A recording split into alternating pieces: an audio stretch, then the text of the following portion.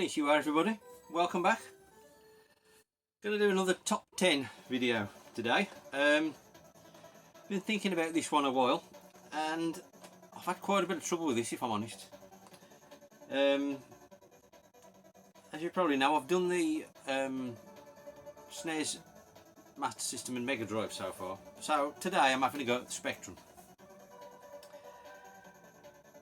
Now, I had a lot of years with my Spectrum back in the day, so I had quite a lot of games, you know. Obviously you borrow them off your mates, copy and whatever. So there was a lot more to choose from, really. Again, I'm not saying this is the greatest 10 games on the Spectrum. They're just the 10 games I enjoyed playing the most back in the day, and also twinned with a bit of how things have sort of aged now. So although these are predominantly the games I'm nostalgic for, I have excluded a few which have aged really badly. Outrun being one. You know, at the time it was fantastic. I was playing Outrun at home, it felt amazing, but with the benefit of hindsight, it's a pretty bad conversion on the Spectrum. So, as I say, I've struggled with this one to get it down to 10. So I've got 4 sort of nearlies, if you like, almosts. And the first one of these we've got is Grand National. Now this was an Elite game. This is just the Encore budget re-release, but it's essentially a horse racing game based on the Grand National, and it plays like a racing game. In effect, you're controlling the horse and you've got to get over the fences and win the Grand National, basically. Quite simplistic, and I seem to remember you also bet on the outcome of the race as well, from memory. Been a long time since I played this, but I used to love it. Ideally would like the original full price box. It's still a single case, but it's the full price, like it was $5.95 or something. But anyway, that's an honourable mention. Another honourable mention, the all-time classic, Horace Goes Skiing. This was so close to getting in the 10, I just couldn't squeeze it in, unfortunately. Anybody who had a Spectrum bound to have played Horace Goes Skiing. Split into two sort of different sub games, if you like. You've got basically a Frogger game to start with, and then you've got a skiing down the mountain game after the Frogger style game, if you can get to the ski slope with your skis without getting run over. Amazing game, fantastic, such memories. Next honourable mention we've got is World Class Leaderboard. This was a spectacular golf game back in the day. I've got to say it's better on the C64, really, in all honesty. But we all know the Spectrum is the best 8-bit microcomputer, don't we? Enough said. But yeah, nevertheless, it's still great on the Spectrum. Had to include that in some way. Then the last honourable mention I've got is Arkanoid. This is the sequel, Revenge of Tao. I could have put either one, to be honest. I loved them both. Fantastic sort of breakout, bat against the ball game. I preferred the second one myself because you had more power-ups and you know, it was a bit more exciting, and the backgrounds were slightly more enhanced than the original game. But what a fantastic game. Still great to this day. One I keep meaning to pick up on the SNES, actually. Still not got round to it. Right, that then brings me on to my actual top 10. And the first one is Wek Le Mans. Now this is based on an arcade game. I mean, there are arcade screenshots on the back. But this is a stunning conversion on the Spectrum. One of a few amazing racing games on the Spectrum. The conversions were so good. I think I've still got the sticker in this one. But yeah, it plays brilliantly. Graphics are obviously, it's the Spectrum, you know, it's not the arcade, but it's an amazing game. And like I say, an absolute classic on the Spectrum for me. That's Wek Le Mans. Then number 9, in a very similar vein, we've got Chase HQ. again, another stellar conversion on the Spectrum. I mean, I loved the arcade machine back in the day. Whenever I could tear myself away from the Outrun cab, it was usually Chase HQ that I played. So again, to get this on the Spectrum at the time was fantastic, and it's a far better conversion than Outrun is on the Spectrum. Still looks and plays great, if I'm honest. One of the best home conversions, I would say. Possibly until, you know, years and years later, when you could play like almost arcade perfect conversions on probably the Marty and then the Saturn, which was probably is the best version. But nevertheless, Spectrum Chase HQ is awesome. Then my number 8 pick, ATV Simulator. Absolutely love this game. It's only a budget game, obviously. It's a Codemasters, $1.99 I think it would have been at the time, and it's a very simplistic side-on sort of quad bike obstacle course in effect, much like sort of Kickstart, only it's more zoomed in graphics. Absolutely love this game. I've played it for hours and hours and hours. I seem to remember there's only about 5 courses, I seem to remember. Then it might have looped, but what a stunning game this was. Absolutely loved it. ATV Simulator. Then this is number 7 now. Yeah, 10, yeah, number 7. Another stellar arcade conversion. Enduro Racer.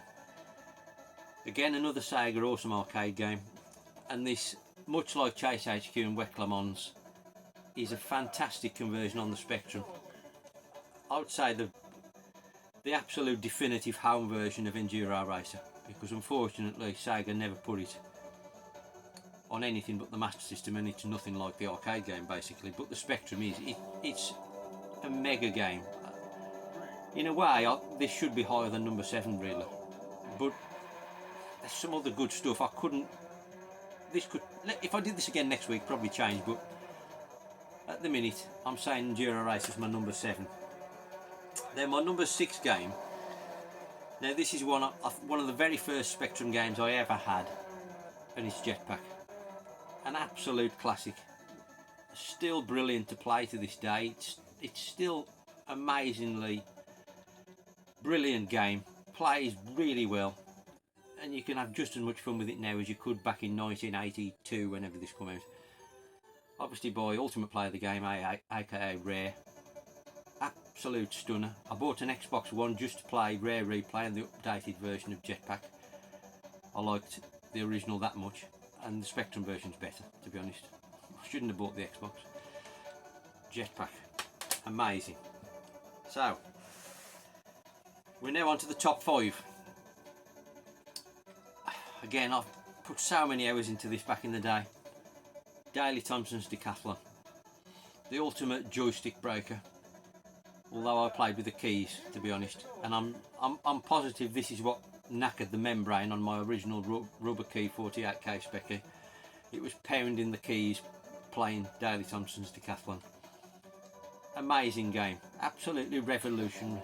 Obviously 10 events, multi-sports game, like track and field. Just absolutely stunning. Daley Thompson's Decathlon. Then number 4, we've got another amazing arcade conversion, and we've got Bomb Jack. Again, a phenomenal game on the Spectrum. Still brilliant to this day. Graphics are really nice. Plays amazingly well. Honestly, it's one of the best games ever made for me, Bomb Jack.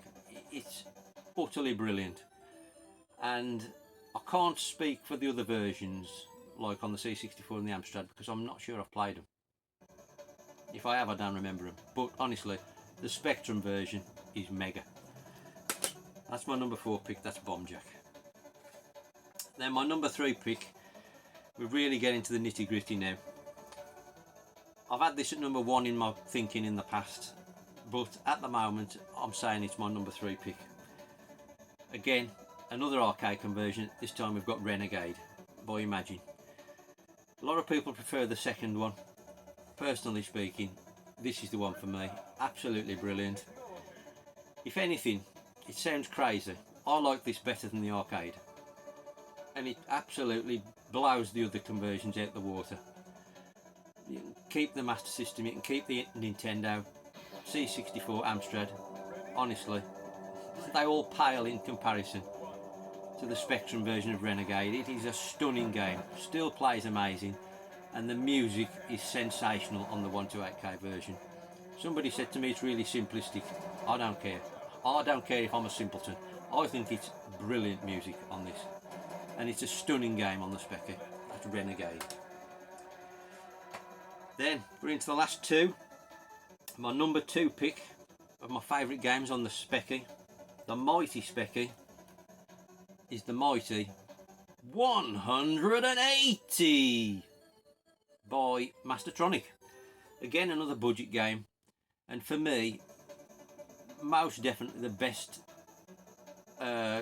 version of darts you can get on any computer or console.